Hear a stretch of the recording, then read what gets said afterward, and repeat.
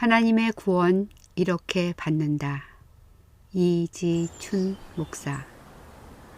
오늘은 제35편으로 10 구원의 확신에 대해서 알아보도록 하겠습니다. 하나님의 구원은 창조주 하나님의 극진한 사랑에 기초한 은혜로 예수님을 믿는 모든 사람에게 거저주시는 하나님의 선물입니다. 하나님의 구원은 결코 사람들이 스스로 이룰 수 있는 것도 아니고 사람이 만들어낼 수 있는 것도 아닙니다. 전적으로 하나님께서 베풀어 주시는 은혜의 선물로 하나님의 구원이 확실한 것은 하나님이 신실하신 것과 동일합니다.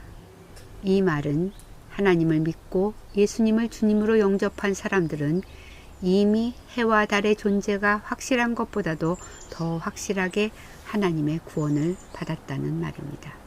1968년 봄 제가 미국으로 유학을 떠날 때였습니다. 생전 처음 비행기를 타니 불안하기 짝이 없었습니다. 그도 그럴 것이 당시 저는 영어 소통은 좀 할 수 있었지만 미국에 어떤 혈육도 없었기 때문입니다. 비행기표는 가정교사 하던 댁에서 빚을 내어 샀고 가진 건 몇 권 안 되는 책과 전 재산을 팔아 정리한 지참금이 전부였습니다. 당시 유학생들은 200불까지 지참이 허용되었지만 저는 그마저도 없어서 160불을 들고 비행기를 탔습니다. 제가 불안했던 또 다른 이유는 미국에 가서 학기 시작 전까지 약 6개월 남짓한 동안에 돈을 벌어 빌린 비행기 값도 갚고 학비도 마련해야 했기 때문이었습니다. 앞으로 새로운 세계에서 해야 할 일들을 위하여 기도하고 있는데 동경에서 다른 비행기로 갈아타야 한다고 했습니다. 동경의 하네다 공항은 김포공항과는 비교가 안 될 정도로 거대하고 복잡해 천신만고 끝에 미국행 비행기로 갈아탔지만 한국에서 탔던 한인 스튜어디스는 보이지 않고 미국 스튜어디스만 보이니 더욱 불안했습니다. 얼마 후 용기를 내서 스튜어디스에게 이 비행기가 미국 시애틀로 가는 거 맞느냐고 묻자 그녀는 그렇다고 했습니다. 하지만 혹시 잘못 듣지는 않았을까 하는 의심과 불안은 제가 시애틀 공항에 내려 제 눈으로 직접 미국인 것을 확인할 때까지 떨치지 못했습니다. 물론 미국까지 오는 내내 기내 음식이나 비행기를 처음 타는 즐거움 등 여러 가지 혜택은 전혀 즐기지 못했습니다. 사실 돌이켜보면 저는 처음부터 미국행 비행기를 확인하고 탔기 때문에 제가 미국으로 가기 위해 할 수 있는 것은 아무것도 없었습니다.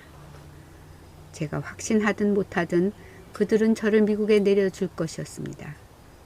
그때 저는 주는 음식을 맛있게 먹고 음악도 들으며 제게 주어진 즐거움을 만끽했어야 했습니다. 예수님을 믿는 사람들에게 베푸신 하나님의 구원도 이와 마찬가지입니다.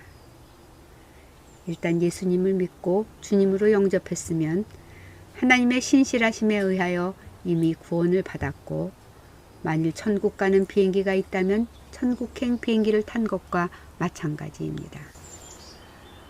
하나님께서 약속대로 우리를 천국에 내려줄 것입니다. 오직 우리가 해야 할 것은 기뻐하고 즐거워하며 감사와 헌신으로 주의 일에 더욱 힘써 이 세상에서 제자의 삶을 풍성하게 마치고 하나님 앞에 많은 공력을 들고 서는 것뿐입니다. 그러면 이제 제2장에서 제기되었던 질문들과 더불어 하나님께서는 왜 사람을 만드셨을까? 사람을 지으신 근본 목적은 무엇이었을까? 왜 이렇게 엄청난 하나님의 희생을 감수하면서까지 사람을 구원하시기로 하셨을까? 이와 같은 질문들을 다음 장에서 살펴보도록 하겠습니다. 다음은 제36편으로 제4장 난해한 질문과 그에 대한 답변에 대해서 알아보도록 하겠습니다. 감사합니다.